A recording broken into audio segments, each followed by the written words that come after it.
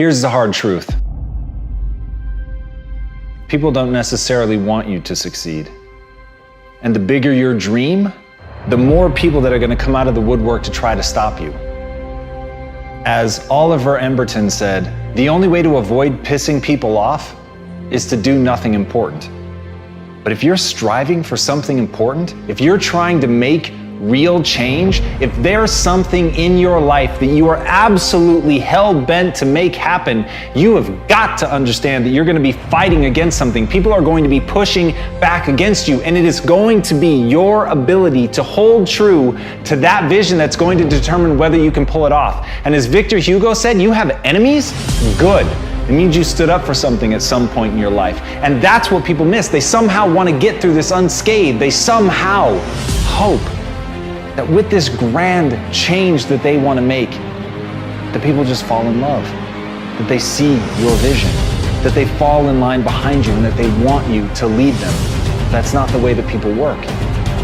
Having a vision already puts you in an incredibly rare group of people. Being able to see something that other people can't see, that is the role of a visionary, is literally to interpret the world that other people don't even know exists and bring it into fruition and get people excited about it, get them to fall in line. But understand, when you build an army, you will have an opposing force. But as Mark Twain said, keep away from those who try to belittle your ambitions. Small people always do that. But the really great ones, they make you believe that you too can become great. And that's the kind of person that you want to surround yourself with. You want to surround yourself with people that believe in you. You want to surround yourself with people that even when they can't see it, they can see you. Even when they don't understand what you're trying to build, they believe in you and they're willing to get in line and they're willing to meet that opposing force. And when you're able to galvanize people around your idea and push it forward and paint for them the world not as it is, but as it could be, that's when you can make change. But you can't be afraid to piss people off. You have to know that they're coming for you, and you have to be willing to fight. Because if you're not willing to fight, you might as well sit down now. So if you're gonna be one of the few that stands up, you've got to stand up prepared for war. The biggest poison in us is regret. It's poison.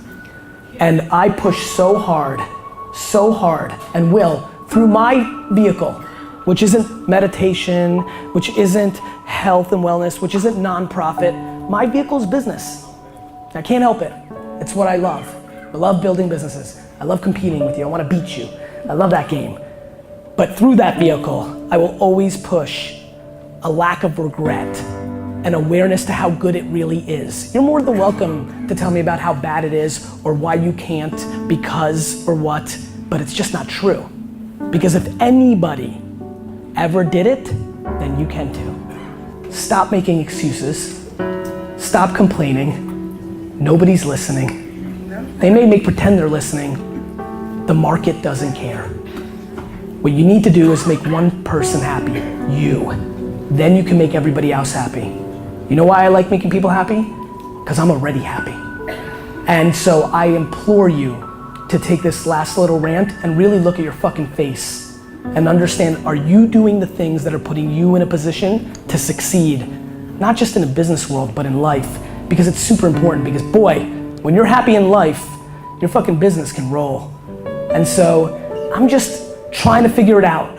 And I've been trying to figure it out in front of you for the last 7, 8 years, trying to figure out the unlocks, EQ, IQ, self-awareness, hustle. I don't know what they are. You know why? Because like I told my man, it's 330 different unlocks. And so I'll go to all of them. They're all tried and true. And one might hit you. Yeah, it was hard work because I'm actually lazy.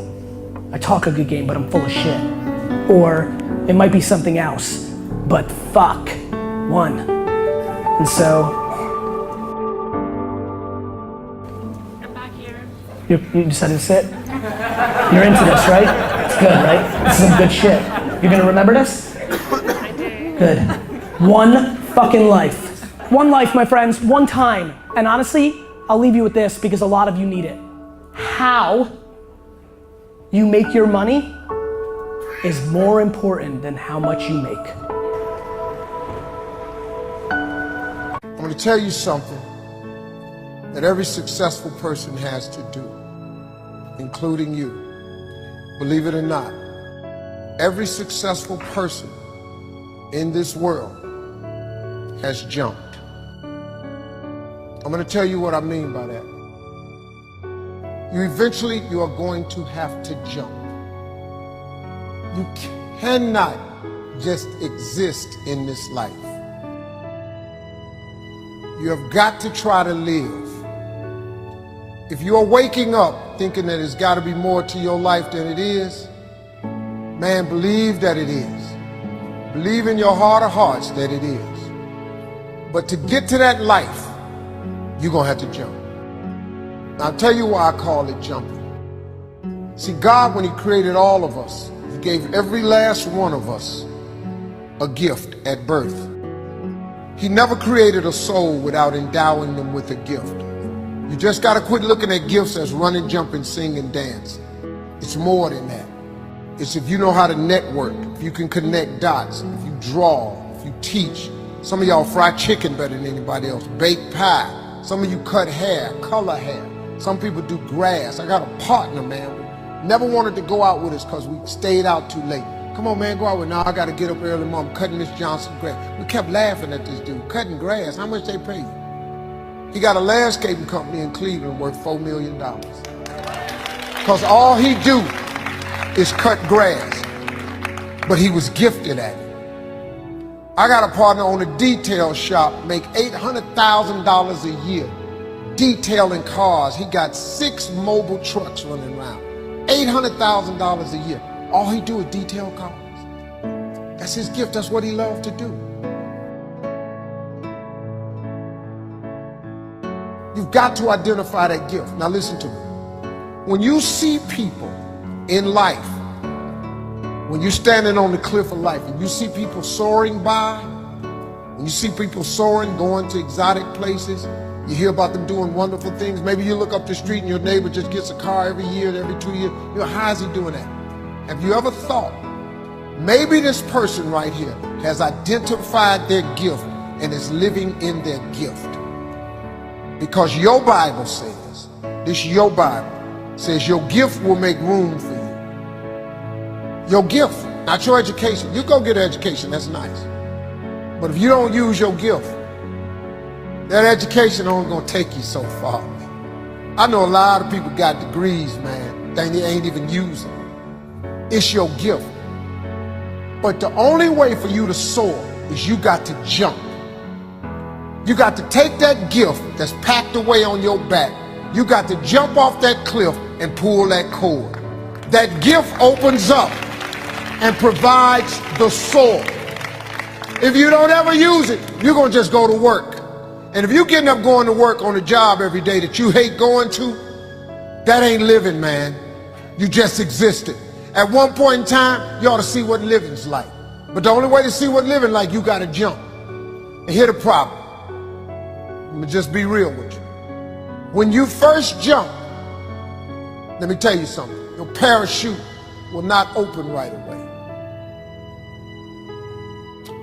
I'm sorry. I wish I could tell you it did, but it don't. When you jump, it's not going to open right away. You're gonna hit them rocks. You're gonna get some skin tore off on them cliffs. You're gonna get all your clothes tore off. You're gonna get some cuts on you. You're gonna be bleeding pretty bad. But eventually, the parachute has to open. That is a promise of God. That ain't a theory, that's a promise. His promises is true, because listen to me. You cannot name one single thing God has not gotten you through. Name it. And if he ain't got you through it, he currently pulling you through it right now. And the living proof of it is you sitting in here. If he hadn't got you through it, you wouldn't even be here. So if he ain't never not got you through it, why would he not let your parachute open? It has to open, man. But it ain't, you gotta jump though. Now, here's another thing. You can play it safe and deal without the cuts and the tears. And you can stand on that cliff of life forever safe. But if you don't jump, I got another promise I can make you. Your parachute will never open. You'll never know. You'll never know what God really has for you. See, your God has a wonderful life for you. Once again, I'm going to refer to your Bible. Now, you go down there, you memorize these scriptures, you don't apply them to yourself. Your Bible says that he comes to give you life and give you life more abundantly. If I were you, I would jump. Because that's the only way to get to that abundant life. You got to jump, man. You got to take a chance. Now, when I get through talking, there are those of you who discuss this in the car. Well, I got bills. And I got bills. Whether you stay on the cliff or you jump, you're going to have bills. Well, if I quit my job, I'm going to ruin my credit. If you got a job, you live in check to check. Even if you got A1 credit, you can't buy nothing else no damn way.